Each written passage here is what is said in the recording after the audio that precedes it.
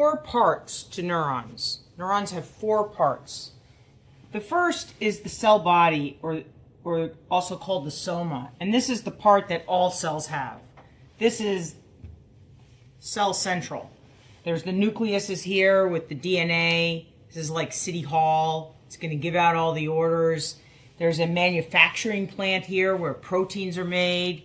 There is a power plant here. So this is really the place that keeps the cell going. It makes all the material for the entirety of a neuron, which it can be, as we said in the last segment, very, very long, very large.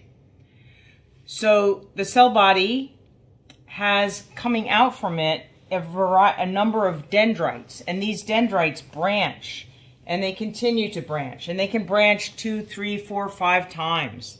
And so that makes a tree, which we call the dendritic arbor or the dendritic tree.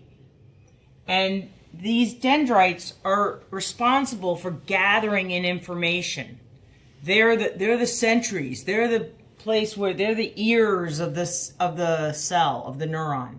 They're taking in all information. So information is going into the dendrites, into the cell body to a certain extent, but really into the dendrites. So what do we do with all that information?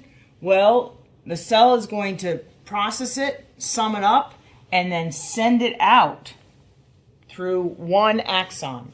There's one axon. And while these dendrites are very local, they're going to have a local distribution, this axon can go far, far distances.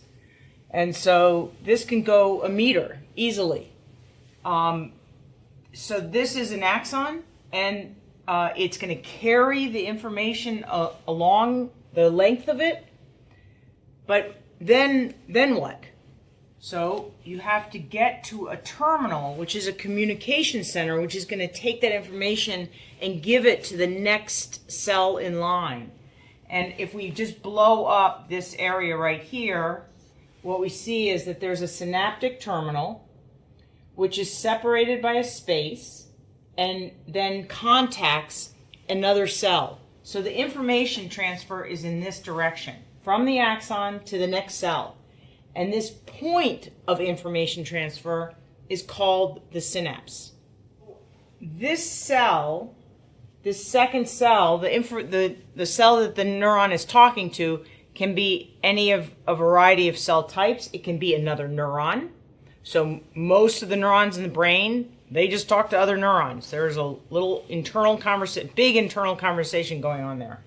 So neurons talk to neurons. But neurons also go talk to muscles, and neurons talk to glands, and neurons talk to the cardiac, to the heart, to the cardiac muscle, and so on.